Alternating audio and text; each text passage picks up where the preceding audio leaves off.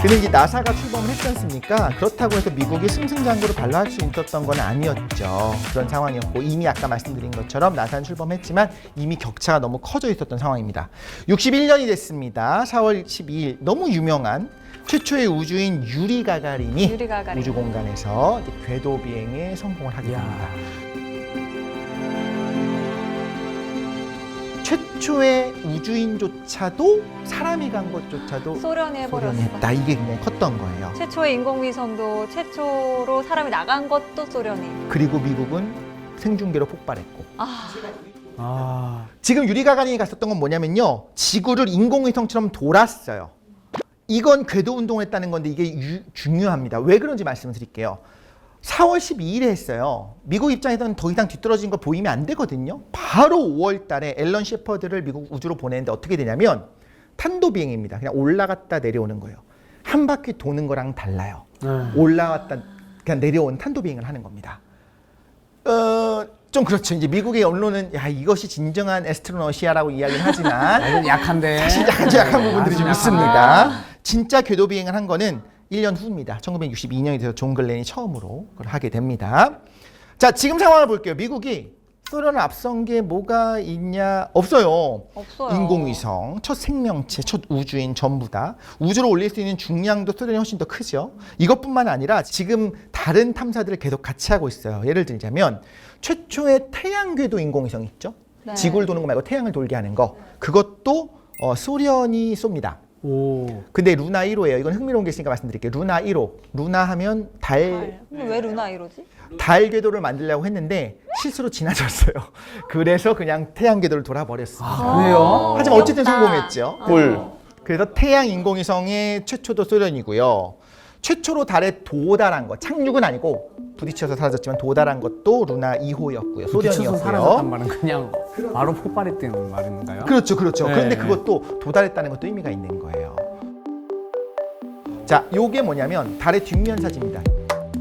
달은 우리가 뒷면을 못 봐요. 앞면만. 앞면밖에 안 보죠. 동주기 자전 때문에 그런 건데 항상 내 얼굴을 보면서 돌고 있는 겁니다. 네. 살 뒤에 뭐가 있을지 궁금하잖아요. 토끼가 살죠. 토끼는 앞면에 살 것 같긴 하죠. 뒷면에 살 수도 있겠네요. 나치의 비밀기지가 있다느니 외계인의 기지가 있다느니 뭐 이런 여러 얘기가 있습니다만 저 달 뒷면을 촬영해서 보낸 것도 루나 3호 소련입니다. 도대체 미국 뭐하고 있는지 모르겠죠. 우주 궤도를 돌던 우주견이 최초로 다시 무사 귀환을 한 것도 소련이 최초예요. 살아서 돌아왔어요? 네, 그것까지도 다 소련이 했습니다. 최초 타이틀이 소련이 훨씬 많거든요.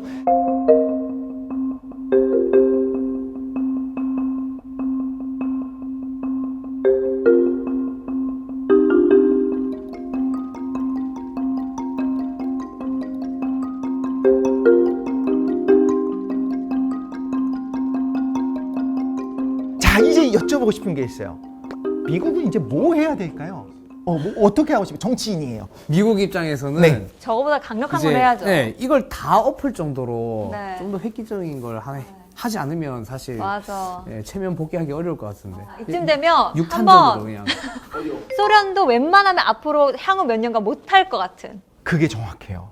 만약에 저게 이루지 못했는데 저기 할 계획이 없었을 수도 있지만 그거 별로 중요하지 않아요. 어쨌든 내가 뭔가를 계획을 딱 세워야 되는데 나도 못하고 적도 못하는 거야 되는데 저기 나보다 빨리 하면 안 되니까 좀 멀리 있는 걸 해야 돼요. 어려운 걸 해야 돼요. 그러면 내일에 내가 힘내면 되잖아요. 그렇죠. 일단 하겠다고 공수표를 보이고 무책임해. 그 예를 들면 전 이렇게 생각했습니다. 덧셈도 뺄셈도 여쭈 아이가 우리 아이보다 잘해요. 네. 빨라요. 그러면 구구단을 누가 외는지 경쟁하면 아마도 옆집 애가 더 빠를 가능성이 높아요. 네. 그러니까 처음부터 미적분으로 경쟁하는 거예요. 야. 괜찮은 이야기죠. 좋다. 사실 까불지 미적분 못하게. 우리가 먼저 할 거야라고 딱 발표를 해버린 겁니다. 네. 그걸 해야 되는 상황이어서 존 F 케네디가 1962년 9월 12일 라이스 대학에서 그 유명한 연설을 하는데 유명한 문장이 이거죠. 아마 아실 거예요. 우리는 달에 가기로 결정했습니다. 우리는 10년 안에 달에 가고 그 외에 또 다른 일들도 하기로 했는데 쉬운 일이기 때문이 아니라 어려운 일이기 때문입니다. We choose to go to the moon in this decade and do the other things, not because they are easy, but because they are hard. 있어 보이고 멋지죠. 그러면서 있어 보인다. 순식간에 존 F 케네디는 강력한 리더십을 가진 국가 지도자로 부상을 하게 되는 겁니다. 미국은 참 발표 잘하네요. 발표 잘하죠. 미리 해야죠. 어. 그죠? 케네디가 연설한 다음부터 하나 바뀌는 게 있어요. 이전까지는 로켓을 통해서 우주 공간에 가고 더 무거운 걸 올릴 수 있고 페이로드라고 하는데 더 무거운 걸 올리고 그래서 사실상 군사 목적으로 쓰는 거 우리의 힘을 보여주자였어요. 근데 케네디가 한 게 뭐였냐면 달에 사람을 보내겠다는 거였어요. 달에 사람 보내면 뭐합니까? 핵무기랑 상관이 없잖아요. 그래서 케네디의 그 발표를 통해서 게임의 법칙이라고 하는데 이게 바뀌게 된 거예요. 하드 파워, 우리 군사 기술을 보이는 게 아니라 소프트 파워, 우리는 과학 기술을 위한 거야. 이 정도의 테크놀로지가 있어. 사람을 달에 갔다가 다시 돌아오게 할 수 있을 정도로 우월한 첨단 기술이 있어를 보여주는 걸로 바뀌었어요.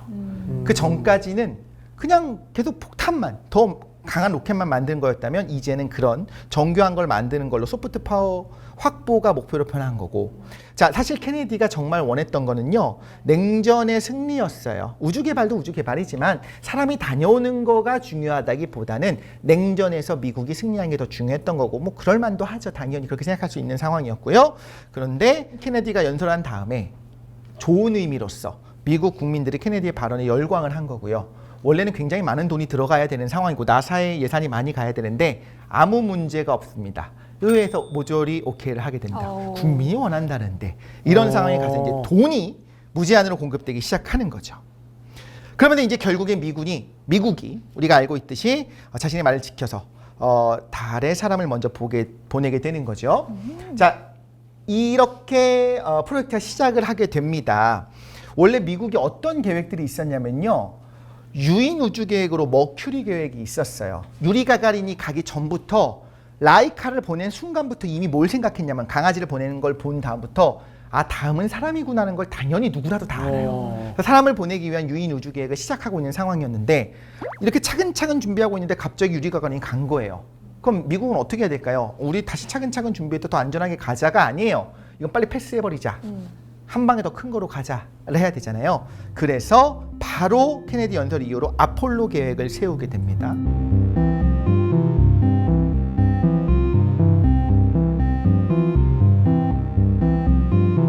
아폴로 계획을 세우기 위해서 이제 여러 가지 다른 재미니 계획을 통해서 과연 아폴로 계획을 실현할 수 있는지를 하나씩 세우기 시작해요. 한 방에 달로 가서 사람이 착륙하고 돌아온다는 쉽지 않잖아요. 네. 어떤 과정이 있을까 생각해보면 되게 합리적인 방식으로 세우게 돼요. 자, 말씀드려볼게요.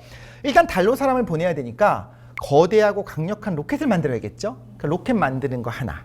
로켓도 로켓이지만 사람을 생존하게 하고 조종하게 하고 이런 또 다른 기술들이 필요하잖아요.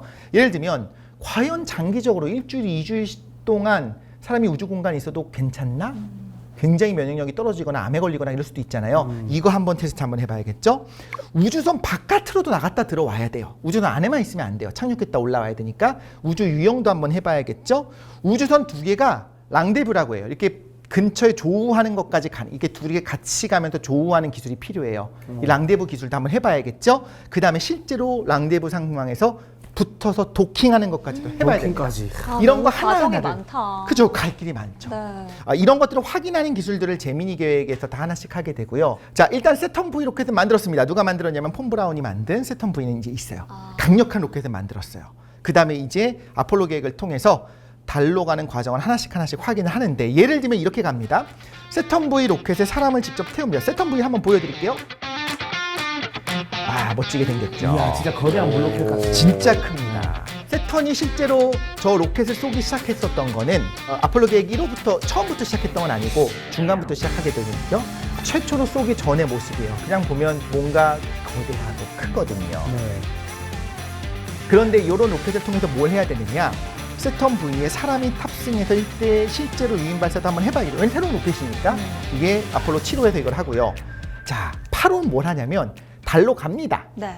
착륙은 안 하고 달 궤도를 돌고 다시 지구로 오는 것도 한번 해보는 거예요.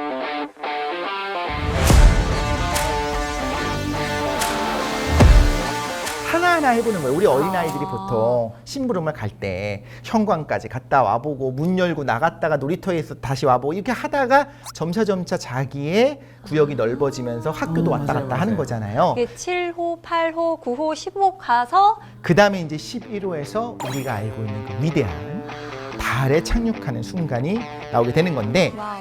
69년 7월 16일입니다. 아폴로 11호가 발사되고 7월 20일에 착륙하고 24일에 지구로 귀환하게 됩니다. 5, 4, 3, 2, 1, 0. All engine running.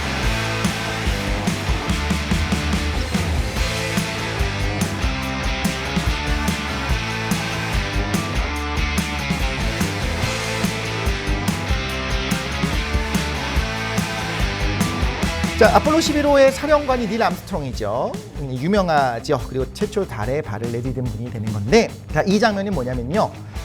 사령선에서 한 명만 남고 두 명이 저 착륙선에 타고 내려가는 겁니다. 그 장면을 이제 쓸쓸하게 찍은 겁니다. 누가 찍었느냐?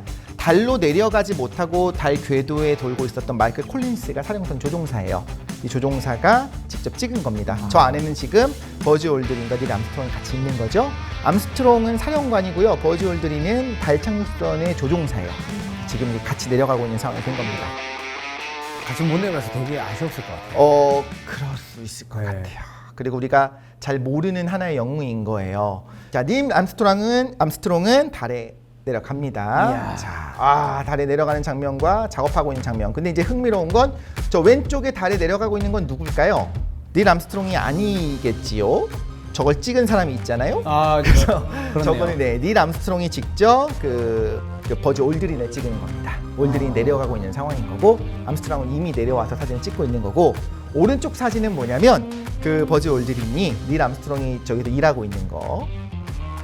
서로 찍어준 거네요. 그렇죠. 서로 찍어준 야, 이제 나 겁니다. 찍어줘. 빨리 달에서. 그치. 막 사실 이러고 나서 잘 찍었나? 이러고 있을 수 있을 것 같아요. 그때는 셀카 찍을 생각은 못했네. 예. 그러네요. 거기까지 네. 생각 못했네요. 둘이 같이 찍었어요, 셀카 보고. 셀카 보고. 우리가 알고 있듯이 닐 암스트롱은 달에 첫 발을 내디기 전에 유명한 말을 하죠. 한 사람에게는 작은 발걸음이지만 인류에게는 위대한 도약이다. 이렇게 이야기를 하고 달에 성조기도 세우고 산책도 하고 다시 달 착륙선에 돌아와서 잠깐 쉰 다음에 다시 날아서 사령선이랑 만나서 지구로 돌아오게 됩니다.